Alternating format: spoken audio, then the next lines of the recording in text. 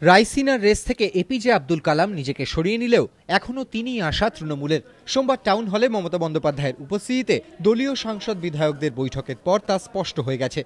সোমবারই ফেসবুকের মাধ্যমে এপিজে আব্দুল কালামকে বার্তাও দেন তৃণমূল নেত্রী। জানান, রাষ্ট্রপতি নির্বাচনে কালাম না দাঁড়ানোর সিদ্ধান্ত নেওয়ায় তিনি ব্যথিত।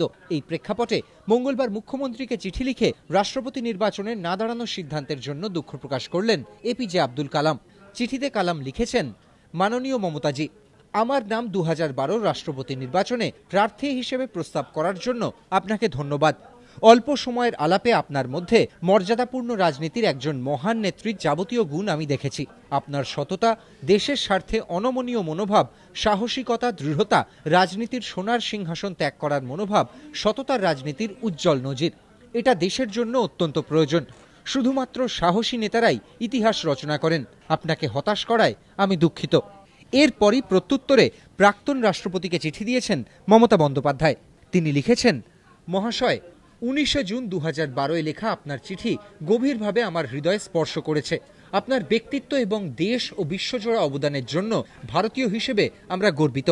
আমি মনে করি আপনি সবসময় সাধারণ মানুষের হৃদয় জুড়ে থাকবেন।